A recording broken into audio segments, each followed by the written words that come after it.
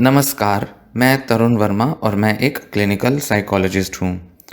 इस वीडियो में आपको अल्प्राज़ोलैम मतलब एल्प्रेक्स दवा के बारे में थोड़ी जानकारी दूंगा। अल्प्राज़ोलैम एक बहुत कॉमन दवा है जो कि बेंज़ोडाज़ेपीन कैटेगरी में आती है।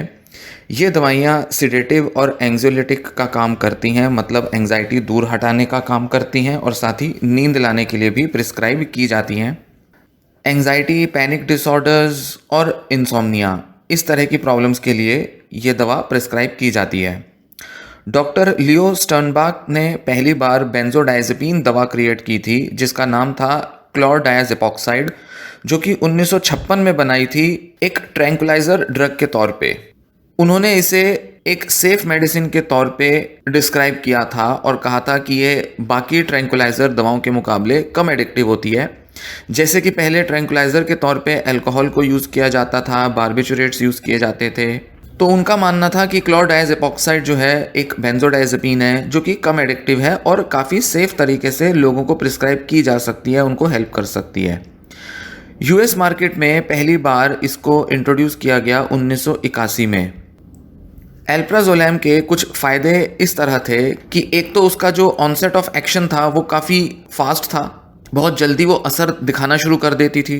दवा खाने के कुछ ही देर बाद इसका असर दिखने लगता है और साथ ही ये शॉर्ट हाफ लाइफ वाली दवा है, मतलब बॉडी के अंदर से बहुत जल्दी एलिमिनेट हो जाती है।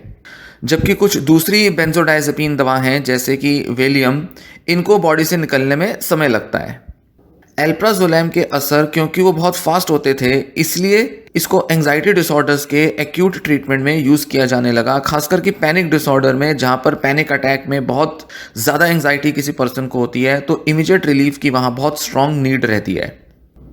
शुरुआत में जब इस दवा को इंट्रोड्यूस किया गया तो ऐसा देखा गया कि अगर कई सालों तक भी लोग अगर इसे लेते रहें तो ये लोगों की एंग्जाइटी को कंट्रोल करने में काफ़ी हेल्प करती है और इसकी इफेक्टिवनेस में कमी नहीं आती। ऐसा नहीं है कि ये दवा कुछ टाइम के बाद एंग्जाइटी पर फ़र्क लाना बंद कर देगी, तो इसलिए इसको धड़ल्ले से यूज़ किया जाने लगा।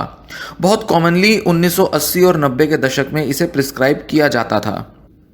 काफ़ी सारे दूसरी एंग्जियोलिटिक मतलब एंटी एंग्जाइटी दवाएं और सिडेटिव दवाओं की ही तरह अल्प्राज़ोलैम भी ब्रेन के अंदर गाबा रिसेप्टर्स के साथ बाइंड करती है।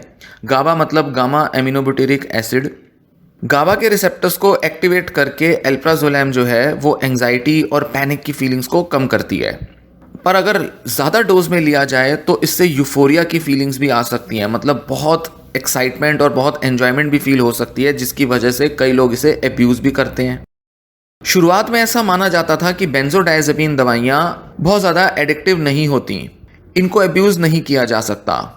पर पिछले करीब 3-4 दशकों में बहुत सारा जो रिसर्च हुआ है बेंजोडाइजेपीन दवाओं पर वो बताता है कि इन दवाओं की बहुत स्ट्रॉन्ग डिपेंडेंस हो सकती है और इनके विड्रॉल सिम्टम्स भी काफ़ी सारे आते हैं और इस वजह से डॉक्टरों का रवैया अब इस दवा को लेकर काफ़ी बदला है। इनफैक्ट बहुत सीवियर विड्रॉल सिम्टम्स कई लोगों को एक्सपीरियंस होते हैं जो इस दवा को अचानक से लेना छोड़ते हैं, भले ही वो ओवरडोज ना भी कर रहे हों, भले ही वो इसे थोड़े टाइम से ले रहे हों या लंबे टाइम से ले रहे हों। हर तरह के पेशेंट में बहुत सीवियर विड्रॉल सिम्टम्स आ सकते हैं जो इसे अचानक से लेना बंद करते हैं, या किसी वजह से अगर ये दवा लेना स्किप हो जाए तो भी वो विड्रॉल सिम्टम्स एक्सपीरियंस में आते हैं।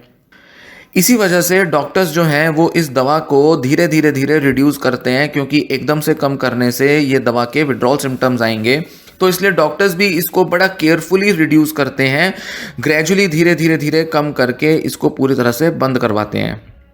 कुछ सीवियर विड्रॉल सिम्टम्स में एंग्जाइटी, इंसोम्निया और सीजर्स मतलब दौरे पड़ सकते हैं, ये सिम्टम्स भी देखने में आते हैं, खासकर कि तब जब इसे बहुत एब्यूज़ किया गया हो।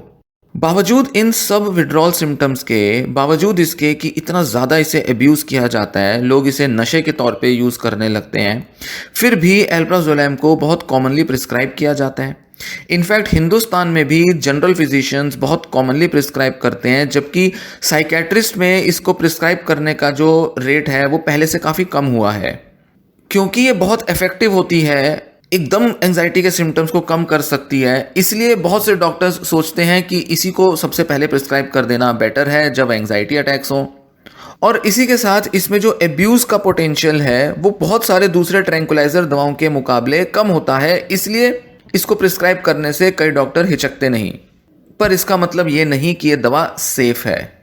वैसे तो ये दवा प्रिस्क्रिप्शन के साथ दी जानी चाहिए, पर हिंदुस्तान में आमतौर पर केमिस्ट इस दवा को लोगों को दे दिया करते हैं, जिसकी वजह से लोग अक्सर इस पर डिपेंडेंट हो जाते हैं, टॉलरेंट हो जाते हैं।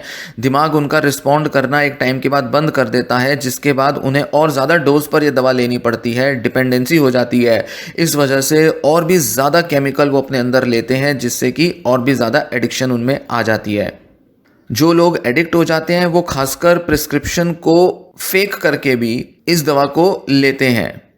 एक बड़ा कारण कि इन दवाओं को लोग लेकर नशे के आदी हो जाते हैं वो ये है कि ये दवाइयाँ डॉक्टर्स भी प्रिस्क्राइब कर रहे हैं, जिसकी वजह से लीगल तौर पे इसका यूज़ होना आम बात है, और इसी वजह से ओवरडोज करके बहुत सारे लोग इस पर एडिक्ट हो रहे हैं।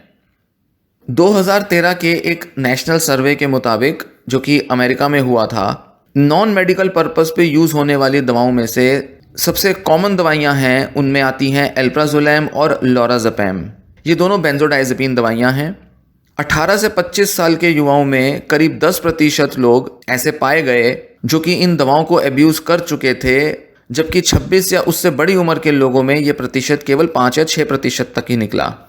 जो एब्यूज़ करते हैं वो इस दवा को दूसरी कुछ बेंजोडाइज़ेपिन दवाइयों के साथ भी मिक्स कर देते हैं, जिससे कि उसका असर ज़्यादा आ पाए।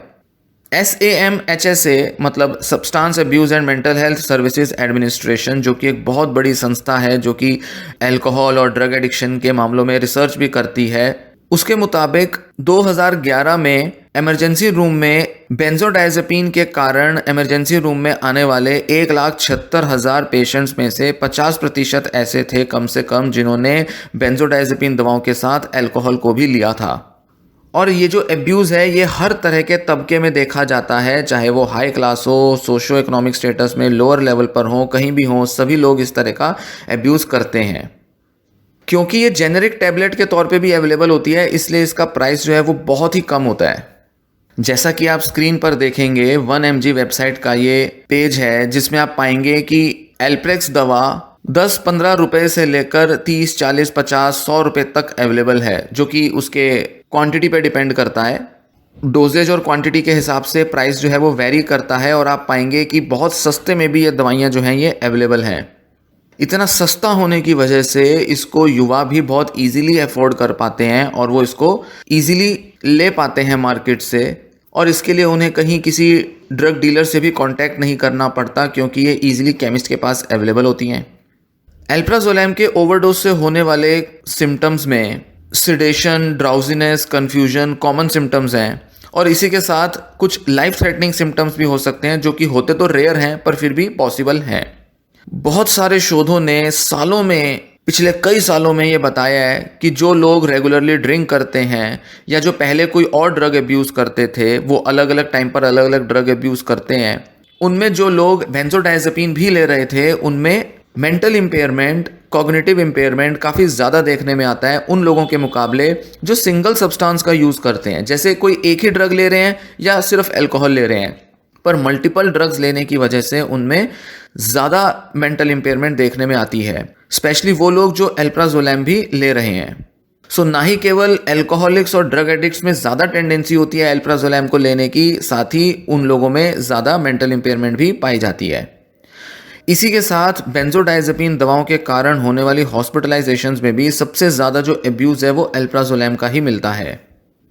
तो इसी हिसाब से हम कहेंगे कि एल्प्राजोलैम बहुत ही डेंजरस, बहुत ही हार्मफुल दवाओं में से एक है, और इसका बहुत ही केयरफुल यूज़ किया जाना ज़रूरी है। डॉक्टर के प्रिस्क्रिप्शन के अकॉर्डिंग लिया जाना ज़रूरी है, और अगर कभी भी लगे कि आसपास आपके कोई एडिक्ट होता जा रहा है तो उसका एडिक्शन का ट्रीटमेंट करवाया जाना ज़रूरी है। उसको एडिक्शन के लिए डॉक्टर के पास ले जाना ज़रूरी है, या आप अगर खुद इसका एब्यूज़ करते हैं तो भी चांस हैं कि आप इस पर लाइफ टाइम डिपेंडेंट हो सकते हैं। इसलिए खुद भी अगर बहुत लंबे समय से ले रहे हैं और ज़्यादा डोज में लेना पड़ता है तो भी उसका इलाज किया जाना ज़रूरी है। भले ही मेडिकली लिया जा रहा हो यह दवा या फिर इसको अब्यूज़ किया जा रहा हो, दोनों केस में इसका इलाज किया जाना बेहद ज़रूरी है। ना ही सिर्फ इससे लंबे टाइम में साइड इफ़ेक्ट्स आते हैं, जबकि इससे आने वाले विथड्रॉल सिम्पटम्स भी काफ़ी लाइफ थ्रेटनिंग हो सकते हैं। कुछ कॉमन साइड इफ़ेक्ट्स में होते हैं जैसे कि कंसंट्रेशन, मेमोरी प्रॉब्लम्स होती हैं, कन्फ्यूजन होती है, बोलने में मुश्किल हो सकती है, शक की प्रॉब्लम, डिप्रेशन हो सकता है, ड्राई माउथ, नौजिया, बहुत ज़्यादा टॉकिंग करना, बात करना, मोटिवेशन में कमी आ जाना, नींद की प्रॉब्लम्स, लिबिडो में कमी आ जाना और सीवियर केसेस में हेलुसिनेशन, सीजर्स और गंदे गंदे ड्रीम्स आना, ये सब भी पाया जाता है। तो इतने सारे साइड इफ़ेक्ट्स और विड्रॉल सिम्टम्स होने की वजह से इस दवा को बहुत सेफली लिया जाना ज़रूरी है और कम टाइम के लिए लिया जाना ही ज़्यादा रिकमेंडेड होता है। इसलिए कभी भी अगर लगे कि कोई एडिक्शन हो रहा है या इसका ओवर यूज़ हो रहा है या इस पर डिपेंडेंस हो गई है, तो ऐसे में इस दवा को छोड़ने की तरफ फोकस करना चाहिए, ना कि इसे लाइफ टाइम लेते रहने की आदत बनानी चाहिए। भले ही आपके फैमिली मेंबर की लंबे समय से इसको लेने की आदत हो गई हो, समझ के चलें कि ये दवा आप अब मेडिकल पर्पस पे नहीं एक एडिक्ट की तरह ले रहे हैं। अपने को एडिक्ट की तरह देखें, ये ना देखें कि आप इसको किसी बीमारी के लिए ले रहे हैं, क्योंकि शुरुआत आपने भले ही बीमारी के लिए की होगी, शायद नींद की प्रॉब्लम के लिए या एंग्जाइटी के लिए, पर अब आप इस पर एडिक्ट हो चुके हैं। इसलिए आपको एक सेफ और एक नॉन एडिक्टिव ऑल्टरनेटिव की तरफ जाना पड़ेगा।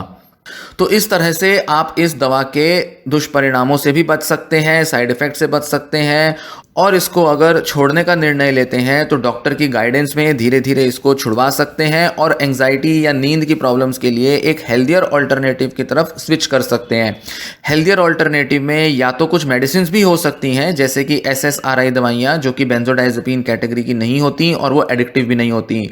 उसी के साथ नींद के लिए कुछ सेडेटिव और हिप्नोटिक दवाइयाँ भी होती हैं, पर सबसे बेस्ट होता है कि नेचुरली इसको ठीक किया जाए या साइकोलॉजिकली ओवरकम किया जाए। तो ऐसे में साइकोथेरेपी, स्लीप हाइजीन और एंग्जाइटी के लिए कुछ रिलैक्सेशन स्ट्रेटजीज अप्लाई की जानी बेहद ज़रूरी हैं, जो कि ना ही सिर्फ लॉन्ग टर्म रिलीफ देंगी, साथ ही इस दवा से आपको छुटकारा पाने में भी मदद देंगी और वो काफ़ी इफ़ेक्टिव और काफ़ी सेफ तरीके होते हैं जिसको कि हर पर्सन अपने अपने हिसाब से इम्प्लीमेंट कर सकता है।